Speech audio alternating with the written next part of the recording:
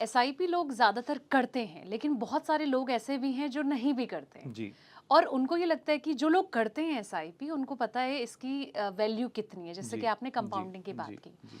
अच्छा, मैं आपसे ये जानना चाहूँगी कि क्या सिर्फ लोग अब स्मार्ट एसआईपी मतलब एसआईपी अगर वो कर रहे हैं तो वो उसी पे ही डिपेंड रह चुके हैं।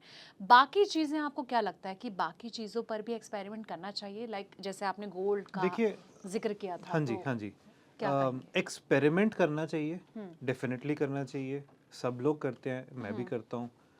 लेकिन वो एक्सपेरिमेंट आपको करना चाहिए अपनी रिस्क बकेट के बाहर। ओके। तो और वो रिस्क बकेट हर एक की अलग हो सकती है। हुँ, आपका कितना, आप 35 इयर्स के हैं या 40 इयर्स के हैं, हुँ, अब तक तो आपको एक अंडरस्टैंडिंग हो गई होगी कि आपका लाइफ़स्टाइल आप कैसा चाहते हैं, हुँ, कितने खर्चे हैं आपके, आपको 10 साल बाद क्या बड़े खर्चे हिट करेंगे, आपके बच्चों की शादी होएगी, उनका कॉलेज का एक एजुकेशन का खर्चा होएगा, हुँ, आपकी खुद की रिटायरमेंट आएगी 15-20 साल बाद, आप जैसे भी प्लान करना चाहते हैं। तो अब आपको एक अच्छी खासी अंडरस्टैंडिंग है कि आपकी फाइनेंशियल जर्नी में आप कहाँ पहुँच चुके हैं। हुँ, उस फाइनेंशियल जर्नी में अगर आपको लगता है कि टिपिकल रिकमेंडेड इंस्ट्रूमेंट्स, हुँ, चाहे वो गारंटीड हो, चाहे वो एसआईपी हो, चाहे वो मार्केट लिंक्ड हो, अब मार्केट लिंक्ड में भी ऐसा नहीं है कि ऑप्शंस की कमी है। हुँ, इंडेक्स फंड्स हैं, एक्टिव फंड्स हैं, थीमेटिक फंड्स हैं, बहुत टाइप के फंड्स रहते हैं, बहुत टाइप के इंस्ट्रूमेंट्स और प्रोडक्ट्स रहते हैं। हुँ, अ, अगर आपको लगता है कि आपकी current investments are good enough कि आपके गोल मीट हो जाएंगे, और अब आपको लगता है कि हाँ, मैं थोड़ा रिस्क साइड में क्यों ना ले लूँ, हुँ, क्यों ना मैं अभी पिछले 6 महीने 8 महीने में गोल्ड सिल्वर कमोडिटीज़ की रैली में मैं पार्टिसिपेट क्यों ना करूँ, हुँ, मैं क्रिप्टो करेंसी की रैली में पार्टिसिपेट क्यों ना करूँ, मैं इंट्रा डे क्यों ना कर लूँ, मैं ऑप्शंस फ्यूचर्स क्यों ना ट्राई कर लूँ। बहुत लोग बात कर रहे हैं इसके बारे में, हुँ, बहुत लोग पैसा भी कमाते हैं अपेरेंटली, हुँ, तो मैं क्यों ये ना ट्राई करूं। यस, आपको डेफिनेटली करना चाहिए ट्राई, लेकिन आपको ट्राई करना चाहिए अपनी रिस्क बकेट के बाहर, हुँ, और आपको प्रिपेयर्ड रहना चाहिए कि यहाँ पे आपके पैसे का कुछ भी हो सकता है। हुँ, वो 30 40 50% ग्रो भी कर सकता है, हुँ, वो 30 40 50% डी ग्रो भी कर सकता है। जितना रिस्क ज़्यादा लेंगे उतना ही रिवॉर्ड भी ज़्यादा मिलेगा, लेकिन बिल्कुल। रिस्क भी उतना ही मिलेगा। हुँ, अपनी लाइफ के साथ रिस्क मत लीजिए, अपने गोल्स के साथ रिस्क मत लीजिए, but if you have a buffer, hmm, अगर आपके पास एक्स्ट्रा कॉर्पस है, आपको कोई बोनस आ गया, आपके बिजनेस है, आपके पास एक साल कोई ज़्यादा इनकम क्रिएट हो गई, हुँ, और आप रिस्क लेना चाहते हैं, और हुँ, उस रिस्क के बेसिस पे आप कुछ रिवॉर्ड निकालना चाहते हैं, तो आपको ट्राई करना चाहिए, डेफिनेटली ट्राई करना चाहिए। हुँ। लेकिन मेन चीज़ों को प्रोटेक्ट करके रखिए। That is what my recommendation. एक सवाल ये है कि कम सैलरीड हम्म। एक पर्सन हम्म। और उसे फाइनेंशियल प्लानिंग करनी है, हाँ जी। तो क्या वो इसके ज़रिए करोड़पति बन सकता है? सबसे ज़्यादा इम्पोर्टेंट, हुँ, और ये चीज़ें कही जाती हैं, लेकिन ये चीज़ें सच हैं। बहुत लोग बोलते हैं, और ये इसीलिए बोलते हैं क्योंकि ये सच हैं। Time in the market is more important than timing the market. ये सब लोग बोलते हैं। इसका मतलब क्या है? इसका मतलब ये है, आप जितना जल्दी शुरू करेंगे, हुँ, चाहे वो जो भी अमाउंट हो, चाहे आप 500 रुपये से शुरू करें, चाहे आप 1000 रुपये से शुरू करें, चाहे आप स्टेप अप करना शुरू कर दें, चाहे आप 10,000 रुपये से शुरू करें, what ever amount is, it is immaterial. Hmm, important ये है कि आप स्टार्ट अभी करें, अगर आपने स्टार्ट नहीं किया हुआ है। हुँ, नंबर वन, तो आपको जितनी जल्दी हो सके अपनी लाइफ में आपको स्टार्ट करना है। क्यों? उसका फ़ायदा क्या है? जो पावर ऑफ कंपाउंडिंग जो मैं बात कर रहा था, वो आपको 15-20 साल के बदले आपको 30-40 साल की मिल जाएगी, हुँ, अगर आप 20-30 साल में स्टार्ट कर देते हैं। Number one. नंबर टू, अगर आपने अपनी जर्नी स्टार्ट कर दी है, हुँ, तो आपको उस जर्नी से हटना नहीं है फिर। बहुत लोग, क्या होता है जब मार्केट डाउन होती है, और ये हमने देखा, मार्केट्स के आप डेटा निकाल लीजिए, उसमें भी आपको मिलेगा, जब मार्केट्स में नेगेटिव साइकिल क्रिएट होता है, हुँ, तो बहुत लोग डर के चक्कर में एग्जिट करने लग जाते हैं। हाँ, that is not the right strategy. Hmm, अगर आपने एक लॉन्ग टर्म ट्रस्ट लिया है और डेटा बैक्ड आपने डिसीजन लिया है, हुँ, और आपको समझ आ रहा है कि मैं मार्केट में अगर इन्वेस्ट करूंगा और करते चलूंगा तो मेरा ग्रोथ होगा, हुँ, तो आपको उस पर डटे रहना है। आपको बिल्कुल, मार्केट से एग्जिट नहीं करना है, हुँ, क्योंकि जब मार्केट नीचे जाएगी तो आप यूनिट्स इकट्ठे कर रहे हैं अपने, बिल्कुल, जब मार्केट ऊपर जाएगी तो उन्हीं यूनिट्स का आप ग्रोथ इकट्ठा कर रहे हैं। Hmm, so you are always earning you are always growing. या तो आप यूनिट्स इकट्ठे कर रहे हैं या आप वैल्यू इकट्ठी कर रहे हैं। बिल्कुल। इवेंचुअली 20 30 40 साल बाद that will compound and make you a crorepati. बिल्कुल। So entry into the market as early as possible, or entry into your financial planning as early as possible, and staying with that plan for the long term. These are the two mantras that everyone should deploy. इसके साथ आप diversification करिए अपने assets का, ensure करिए कि आपका एक पोर्टफोलियो, एक गारंटीड पोर्टफोलियो बना रहे, ताकि इमरजेंसी सिचुएशंस में, मार्केट के डाउनफॉल में जब आपको ज़रूरत हो पैसे की, तो आप स्ट्रेस में ना आए। और पैरेलली आपका मार्केट लिंक पोर्टफोलियो जो है वो ग्रो करता रहेगा, और ग्रो करके आपको एक वेल्थ क्रिएशन करके देगा। बिल्कुल। अच्छा, अब आते हैं एज फैक्टर पर। हाँ जी। देखिए, जैसे कि आपने फाइनेंशियल प्लानिंग को लेकर कहा कि टाइमली शुरू करें तो ज़्यादा बेनिफिट इसके मिलते हैं, कंपाउंडिंग पावर उतनी ज़्यादा वर्क करती है। हाँ जी। एज फैक्टर, जैसे कि मान लीजिए कोई 20s में है, कोई 30s या 40s 50s में है, और कोई 60s में है, हाँ जी। तो इन लोगों के लिए क्या टर्म्स कंडीशन होती है? क्योंकि ऑब्वियसली बात है कि अगर 50 साल का एक आदमी उस टाइम पे वो सोच रहा है कि मुझे कहीं पे इन्वेस्ट करना है, उसने जी। पहले कभी नहीं किया, तो जी। उसके लिए फिर कहीं एक्विटी तो मुझे लगता नहीं कि शायद आप प्रेफर करेंगे कि वहाँ पे उन्हें जाना चाहिए। तो मैं आपसे ये जानना चाहूँगी कि एज फैक्टर इतना ज़्यादा क्यों इम्पोर्टेंट होता है इन्वेस्टमेंट के लिए? देखिए, हमें ये समझना बहुत ज़रूरी है कि जो हम प्लान बना रहे हैं या जो भी हमने अभी तक बात करी, वो प्लान काम कब करेगा। वो काम टाइम की वजह से ज़्यादा कर रहा है, रादर दैन कि आप कौन सा इंस्ट्रूमेंट ले रहे हैं, कौन सा शेयर ले रहे हैं, किस फंड में डाल रहे हैं। आप टाइम दे रहे हैं अपने पैसे को ग्रो करने के लिए।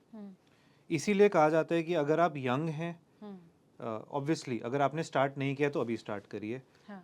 अगर आप यंग हैं और आपने स्टार्ट कर दिया है, तो आपके पास टाइम है आपके फेवर में, तो आपको 30 40 साल का कंपाउंडिंग मिलेगा। तो यस, डेफिनेटली मार्केट के जितने भी साइकिल होंगे ऊपर नीचे जाने के, वो सारे आप क्रॉस करके पॉइंट ए से पॉइंट बी जब आप पहुंचेंगे तो आपका अच्छा खासा ग्रोथ हो जाएगा। एक 40 45 50 साल का व्यक्ति, उसकी लाइफ स्टेज भी समझना ज़रूरी है। वो अपने करियर में एक मिडिल स्टेज में होंगे आज की डेट में। वो 10 15 साल बाद एक रिटायरमेंट भी प्लान कर रहे होंगे। उनके बच्चे उन पे डिपेंडेंट भी होंगे, स्कूल कॉलेज ये सब चल रहा होगा। और वो फैमिली के प्राइमरी अर्नर होंगे, या both husband and wife are earning, तो but they are the main providers for the family. Family के हेड हैं वो अब आज की डेट में। उनके लिए इतना रिस्क लेना कि मैं अपना सारा कॉर्पस मार्केट में डिप्लॉय कर दूं, क्योंकि उनके पास टाइम भी नहीं है उस कॉर्पस को ग्रो करते हुए देखने के लिए। उनके पास 10 15 साल का टाइम है रिटायर होने से पहले, मान के चलते हैं। तो उनका कॉर्पस इतना ग्रो नहीं करेगा जितना एक 20 25 30 साल के व्यक्ति का ग्रो करेगा, सिंपली बिकॉज टाइम नहीं है। तो उनको प्लान ऐसे करना चाहिए, उनको अपना पोर्टफोलियो अगर अभी तक बिल्ड नहीं किया है तो उनको बिल्ड करना चाहिए एक ऐसा पोर्टफोलियो जहाँ पे शायद 50-50 लेके वो चले, जहाँ पे 50% वो मार्केट में डिप्लॉय करें, 50% वो ऐसे इंस्ट्रूमेंट्स में डिप्लॉय करें जहाँ पे गारंटी है। नंबर 1। नंबर 2, उनको शायद ऐसे प्लान्स भी देखने चाहिए जहाँ पे, क्योंकि वो बहुत इम्पॉर्टेंट हैं अपनी फैमिली में, बहुत लोग डिपेंड करते हैं उन पे, उनको ऐसे प्लान्स भी देखने चाहिए जहाँ पे प्रोटेक्शन का भी एंगल हो, जहाँ पे थोड़ी एक लेयरिंग हो कि कल को अगर कुछ हो जाए तो फैमिली के जो लाइफ गोल्स हैं वो प्रोटेक्टेड रहें। बच्चों का एजुकेशन, बच्चों की शादी पे कोई इम्पैक्ट ना आए, फैमिली की या वाइफ की रिटायरमेंट पे कोई इम्पैक्ट ना आए, ओल्ड एज पे इम्पैक्ट ना आए। नंबर 2। नंबर 3, उनकी खुद की रिटायरमेंट उन्हें ही प्लान करनी है। पहले क्या होता था, हम लोग सब, मतलब पेरेंट्स की जनरेशन अगर ले ली जाए तो सब लोग यही माना करते थे कि या तो गवर्नमेंट जॉब है तो पेंशन तो आएगी ही, या हमारे बच्चे हमारा ख्याल रख लेंगे। अब न्यूक्लियर फैमिलीज हो गई हैं, छोटी छोटी फैमिलीज हो गई हैं। आजकल की जनरेशन जो है वो किसी पे डिपेंड भी नहीं करना चाहती। रिटायर भी हम जल्दी होना चाहते हैं, हम चाहते हैं कि 45 पे ही रिटायर हो जाए, 50 पे ही रिटायर हो जाए। Retirement is now not retirement, लेकिन वो सेकेंड इनिंग्स की तरह सोचा जा रहा है। हम ये भी चाहते हैं कि 50 पे रिटायर हो जाए, लाइफस्टाइल भी हमारा अच्छा रहे, हम घूमने फिरने भी जाएं, हम खाना पीना भी करें। तो रिटायरमेंट जो है वो एक पॉजिटिव सेंस में अब देखा जा रहा है, और वो पॉजिटिव सेंस में जब देखा जा रहा है तो उसकी प्लानिंग और उसकी रिस्पॉन्सिबिलिटी भी हम पे ही आके पड़ती है। दूसरी चीज़, आपको हर चीज़ के लिए लोन मिलेगा। आपको अपनी एजुकेशन के लिए लोन मिल जाएगा, गाड़ी खरीदने के लिए लोन मिल जाएगा, घर खरीदने के लिए लोन मिल जाएगा। खुद की रिटायरमेंट के लिए आपको कभी कोई लोन नहीं देगा। बिल्कुल। तो खुद की रिटायरमेंट की रिस्पॉन्सिबिलिटी हमारे पे ही है।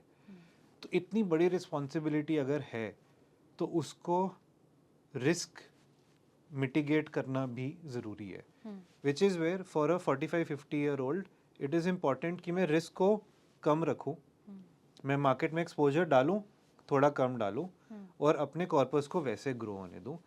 हाँ, रियलिस्टिकली देखा जाए तो फिर जो मेरे रिटर्न्स हैं वो भी मेरे को रियलिस्टिक तरीके से ही देखने पड़ेंगे। जो 25-30 साल का कोई युवक है उसको जो रिटर्न्स मिलेंगे वो शायद मुझे नहीं मिल पाएंगे। इसी एज पे अगर कोई और व्यक्ति है जिसके पास अच्छा खासा कॉर्पस क्रिएटेड है, उन्होंने अच्छी कमाई करी, बिजनेस उनका अच्छा चल गया, जॉब में बहुत सक्सेसफुल हैं, या फैमिली वेल्थ है, उनके पास, जैसे मैं पहले बोल रहा था, एक बफर है।